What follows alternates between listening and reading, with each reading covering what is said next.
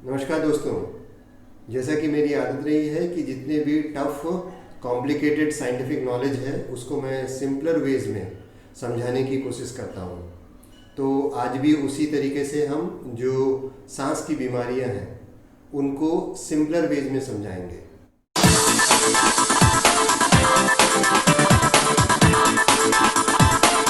Generally जो respiratory system है वो हमारे नाक से शुरू होता है, गले तक पहुंचता है और फिर लंग्स में पहुंचता है।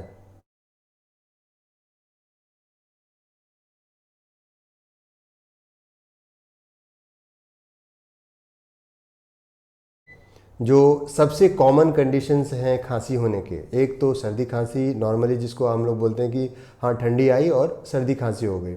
दूसरा, कुछ लोग जो कि अस्थमेटिक पेशेंट्स हैं, जो दमा के मरीज हैं, उनमें भी सर्दी खांसी रहती है। तीसरा, कुछ लोग वो मरीज हैं जो कि दिल की मरीज हैं, उनमें दिल का काम करना कुछ कम तरीके से कम होता है, तो उसके बाद कुछ पानी जो होता है उनके सांस में जमा होता है और उनको खांसी आती रहती है। कुछ पेशेंट्स जिनको टीबी की शिकायत रहती है उन्हें भी खांसी आती है। लगभग 55 साल की उम्र के अधिक लोग जो होते हैं जिनमें कि लंग्स कैंसर होने की संभावना रहती है उनमें भी खांसी आती है।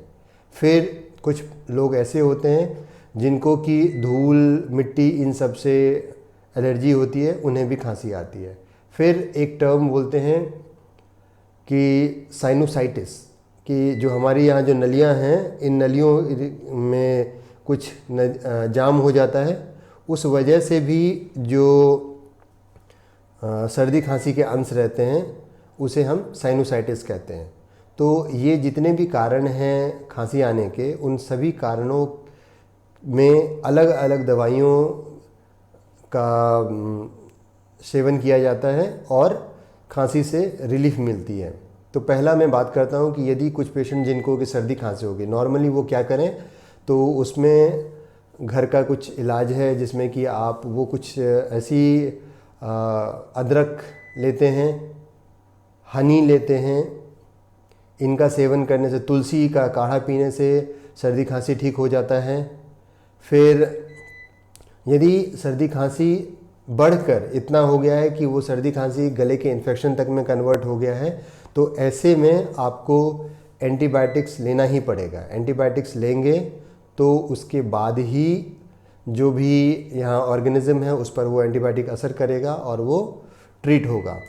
यदि हम इस यहाँ तक की जो इन्फेक्शंस हैं उनको अपर रेस्पिरेटरी ट्रैक्ट इन्फेक्शंस बोलते हैं। तो ऐसे इन्फेक्शंस को आप घर की जो दवाइयाँ, सिंपल दवाइयाँ होती है, उनसे आप इलाज कर सकते हैं अपने आप को।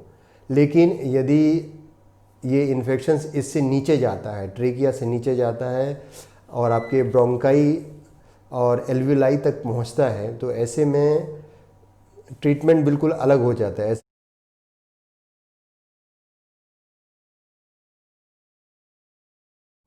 सांस की वो कौन कौन सी दवाइयाँ होती हैं जो हमारे लिए काम आती हैं? एक होता है म्यूकोलिटिक ड्रग्स।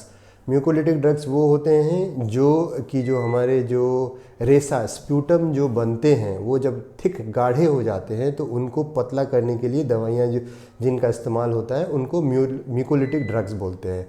वो जनरली ये सिरप में आते हैं या टैबलेट फॉर्म में भी आते हैं। टैबलेट फॉर्म में आते हैं, जो एसिटाइलसिस्टीन का जो टैबलेट्स होता है वो म्यूकोलिटिक एजेंट है। साथ में यदि वो सिरप फॉर्म में आते हैं तो जनरली ब्रोमहेक्सिन या गुआइफेनेसिन नाम से आते हैं। ये दवाइयाँ जनरली उन लोगों को दी जाती है जैसे कोई टीबी का मरीज हो या फिर वो जो क्रॉनिक स्मोकर्स हैं, बहुत सालों से स्मोकिंग कर रहे हैं और उन्हें काफ़ी दिनों से सांस की दिक्कत है, तो ऐसे लोगों को ये म्यूकोलिटिक ड्रग्स की ज़रूरत दी है।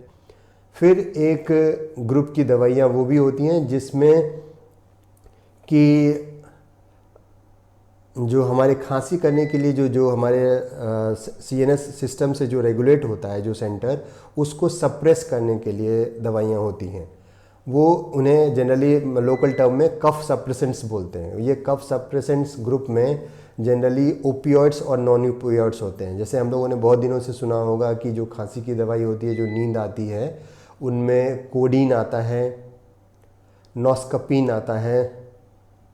ये जो दवाइयाँ हैं, ये दवाइयाँ हमारे जो दिमाग में जो खांसी पैदा करने वाली जो सेंटर सिस्टम होती हैं उसको थोड़ा स्लो करता है, जिससे कि हमारी खांसी आना बंद हो जाता है।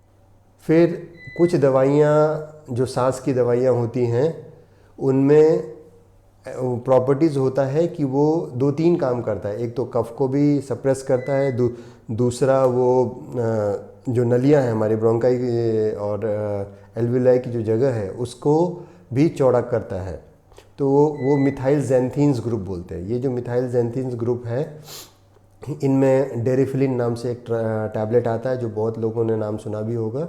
ये काफ़ी इस्तेमाल होता है उन लोगों में जिनमें कि काफ़ी समय से सांस की दिक्कत आ रही है।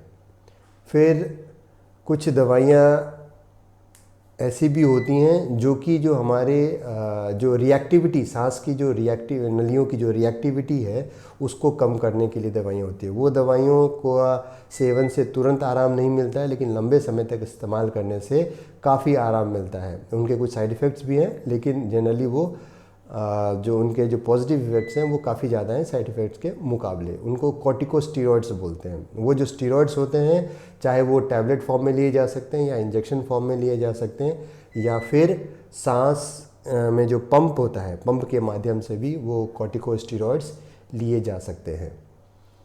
ये जो दवाइयाँ हैं इन दवाइयों से हमारे जो सांस की नली है उनकी रिएक्टिविटी कम होती है और सांस की नलियों की जो जगह है वो जगह में वृद्धि होती है। जगह जो नली नैरो हो गई होती है वो फिर से वापस वाइडन होती है।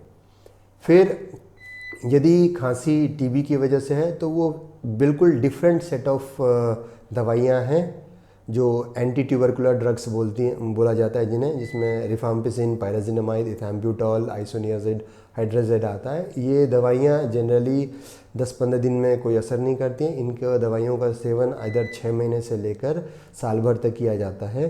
तो फिर उन टीबी की जो ऑर्गेनिज़म्स हैं उन पर काम करता है और फिर हमारा जो टीबी का जो डिज़ीज़ है उससे हमें निजात मिलती है। डायलेटर्स ऐसी दवाइयाँ होती हैं जिससे कि वो जो रास्ते हैं वो खुल जाएं। रास्ते खुलने की जो दवाइयाँ होती हैं उनमें बहुत सारी दवाइयाँ हैं जो कि पंप के माध्यम से आती है, या फिर कुछ दवाइयाँ हैं जो कि इंजेक्शंस लिए जाते हैं जिस वजह से फिर वो जो नलियाँ हैं वो खुलती हैं। जो मुख्य ब्रोंकोडायलेटर्स हैं उसमें सैल्ब्यूटामॉल आता है। फिर इन्हीं ब्रोंकोडायलेटर्स में एक ऐसा भी दवाई आता है जो कि यहाँ जो सेक्रीशंस हैं उनको सुखाता है। वो उस ग्रुप की दवाइयाँ जो हैं उन्हें इप्राट्रोपियम ब्रोमाइड कहते हैं, जो एंटीकोलिनर्जिक ग्रुप्स में आते हैं।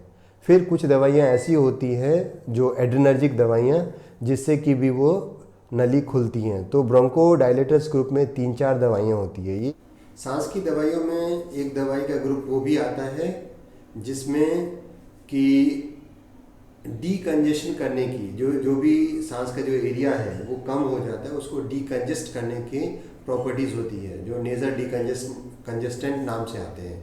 वो जनरली नेज़ल स्प्रे होते हैं और कॉर्टिकोस्टेरॉइड्स ग्रुप के स्प्रे होते हैं। उन्हें लगभग 10-15 दिन तक नाक में देने से नाक का जो एरिया है, स्पेस है, वो और वाइडन होता है और साथ में ही जो रिएक्टिविटी है उसमें कमी आती है और जनरली जो उस वजह से सांस की दिक्कत होती है उसमें आराम मिलता है।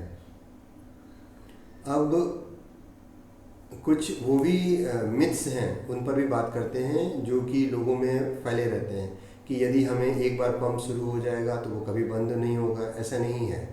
जब कुछ लोगों को दमा की शिकायतें या फिर सांस की अच्छी खासी लंबी बीमारी हो गई है तो ऐसे केस में जो हम डॉक्टर्स जो इन्हेलेशनल पंप्स देते हैं वो कम से कम यदि 14 से 21 दिन लिया जाए तो इतने में आराम हो जाता है और उसकी आदत नहीं लगती है। उसके बाद उसको बंद कर दिया जा सकता है। दूसरा एक और मिथ है कि नहीं, हम हॉस्पिटल जाएंगे तभी हमें वो नेबुलाइजेशन लगेगा तभी हमें आराम मिलेगा। नहीं, जो इन्हेलेशनल पंप्स हैं उनका भी प्रयोग करके वो भी एक तरीके से ब्रोंकोडायलेटर्स होते हैं जिससे कि सांस की नली में का एरिया वाइडन होता है। अभी तक सांस की बीमारियों की जितनी भी मेडिसिन मैंने बताया, आपको यदि वो समझ आया और लगा कि हाँ ये आपके लिए उपयोगी है, तो इस वीडियो को अधिक से अधिक लोगों तक पहुंचाएं।